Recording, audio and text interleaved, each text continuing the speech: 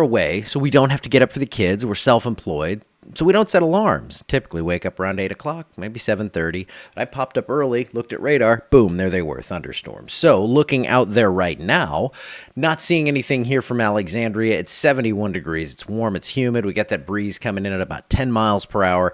And we have some storms. We're going to actually, you know what I'm going to do is I'd saved some images here. Well, first off, let's talk about this week's featured sponsor. That would be Alexandria Oral Surgery. Anything from wisdom teeth removal to dental implants, which can be quite a process. They'll take care of you and they'll get you all fixed up there. You can call them at 443-7208 or go to the app, click through, get all the information as they are linked right there on the website. Speaking of sponsors, I see the Coliseum out there. Remember, 38 special coming up here at April 13th, and that you can get those tickets. You can go click on the app and do that. So the app not only gives you all the weather you need, but it also gives you all the goings-on of Alexandria, or at least a few of them. So I'm going to go here. I'm going to jump from this to analysis mode. Just keep it easier. You know, I'd set the show up and all that. I like doing it this way better, so that's what we're going to do. We're going to go over here and take a look, and here's what you can see. These storms were rocking pretty good, and we're actually, because we are kind of on the tail end, I'll actually show you through the lightning as well, but as we are on the tail end of this system, it's not like we have that forcing that they have up north where we saw all kinds of crazy storms yesterday. So, and are going to see again today. But we do still have this one here near Winfield, right over Winfield. Lots of lightning. I'll take the lightning off. I have proven that it's bolting out there. And you can see this storm was kind of trying to kidney bean out and try to look a little creative on us. But I will show you, just because I like you, nothing on velocity. There you go. See, nothing really showing up there. Let's check out the hail swath. Yeah, we actually, again, and I was asking this in the chat if anybody saw any hail. Let's see. Pea-size hail south of Natchitoches or Natchez for a brief moment. Yep, makes sense. Oh, you got my send-law warning up there? Well, I guess you're tracking my location as usual, Mom.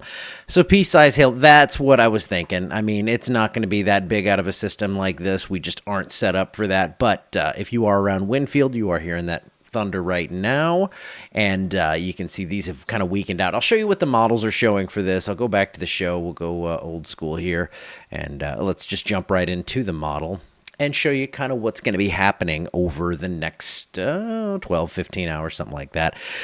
All right, let's see. There we go. Putting it in motion. You can see these storms up to the north. It really does. We see a few of these really get cranked up. I think because we are a little bit further south here, we're further removed from that upper support. We're not going to see the monster storms.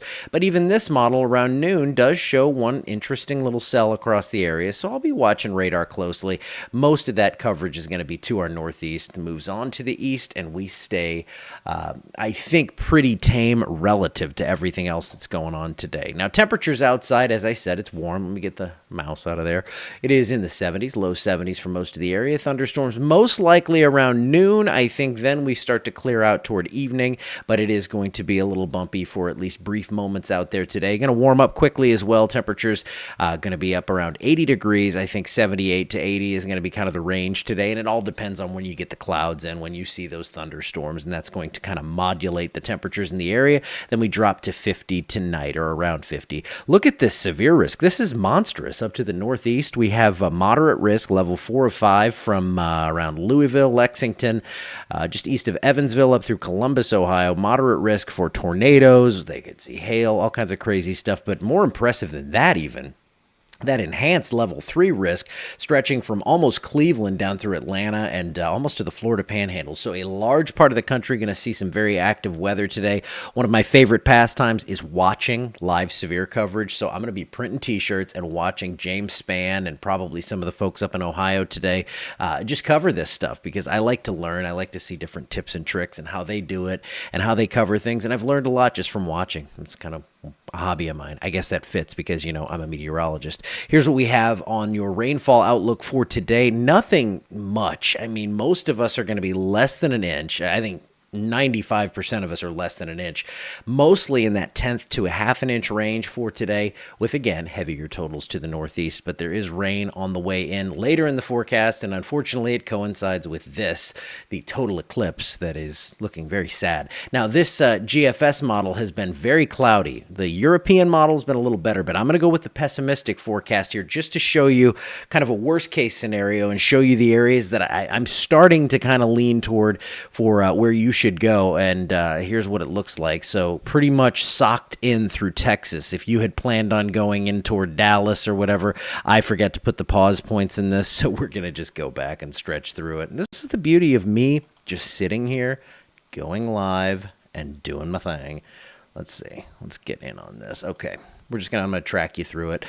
So you see that we have clouds all over Texas. That is pretty much agreed on.